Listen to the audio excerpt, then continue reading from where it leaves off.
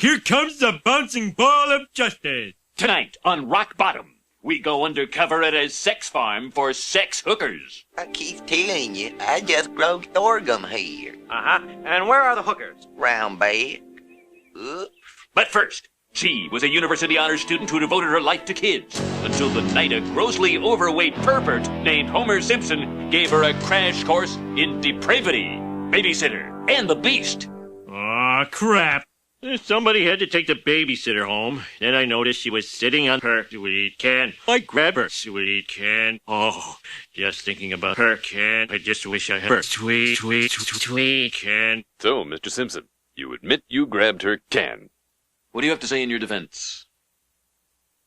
Mr. Simpson, your silence will only incriminate you further.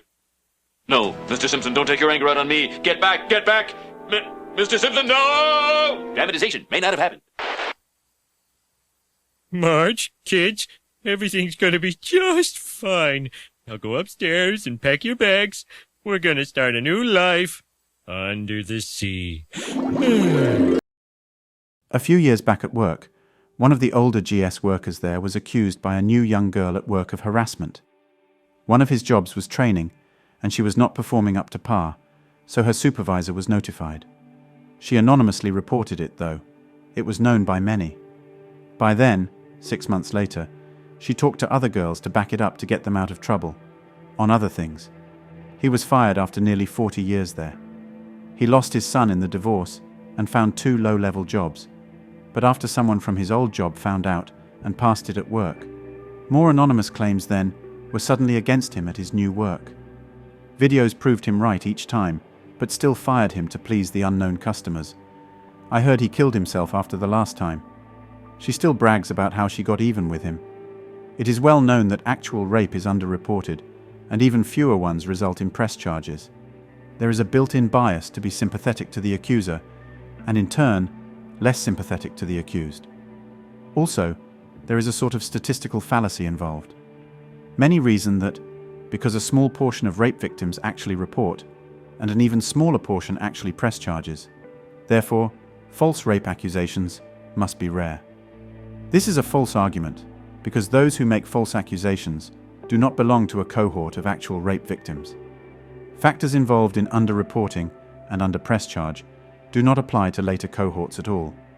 The number of actual rape victims who press charges and the number of false rape claimants who press charge are entirely different groups with entirely different motivations.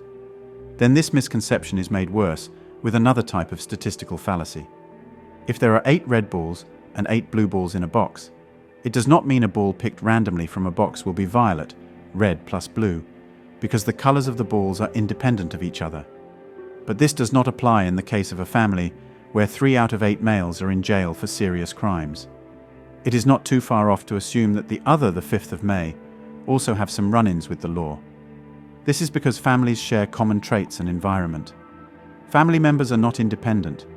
The same logic is applied, much more unfairly, to anyone from deprived neighborhoods. Now, if it is falsely reasoned that false rape accusation is exceedingly rare because rape is grossly underreported, it leads to a very understandable assumption that most accused are predators who are getting away with it. Falsely accused are now being put in the depraved neighborhood category and suffer any prejudice associated with it. In fact, society fails to realize that, for falsely accused, it is accusers who are being predators. Rape is awful. Being falsely accused of rape is awful. Rape or any domestic crime is hard to prove. False accusations of rape, or any domestic crime, are hard to disprove. The system is great for rapists and false accusers because the chance of getting away with it is very high. It is devastating for falsely accused because the perception is that he got away with it, and that taint will follow him for a long time, or forever.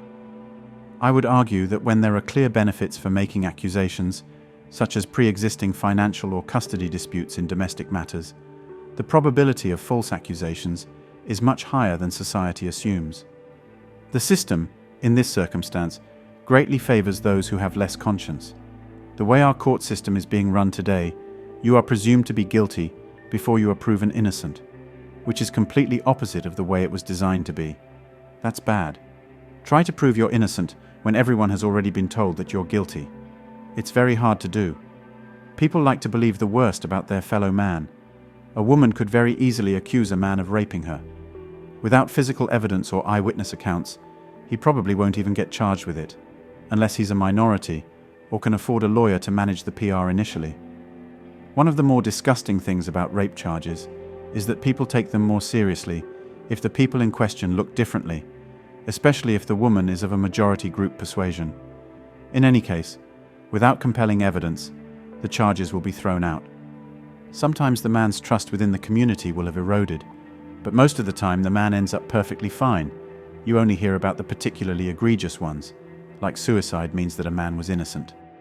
Rarely does a woman have charges filed against her for claiming, because it's even harder to prove the negative beyond a reasonable doubt than it is to prove that something happened. For instance, you'd have to prove that she did not have sex, was not confused about who raped her, didn't know the person in question, was trying to harm the person in question with the accusation. All of that being true, even in some very high-profile cases, like Tara Reid, charges aren't pressed against her because it's not worth it. Most of the time when someone does something like this, there's something seriously wrong with them, on an emotional level. They serially go looking for attention using these claims. And usually there's no help to be had for cases like that in the justice system.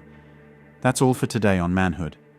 Don't forget to smash the like and subscribe buttons, and also click on the notification bell to be the first to know when I drop a new video.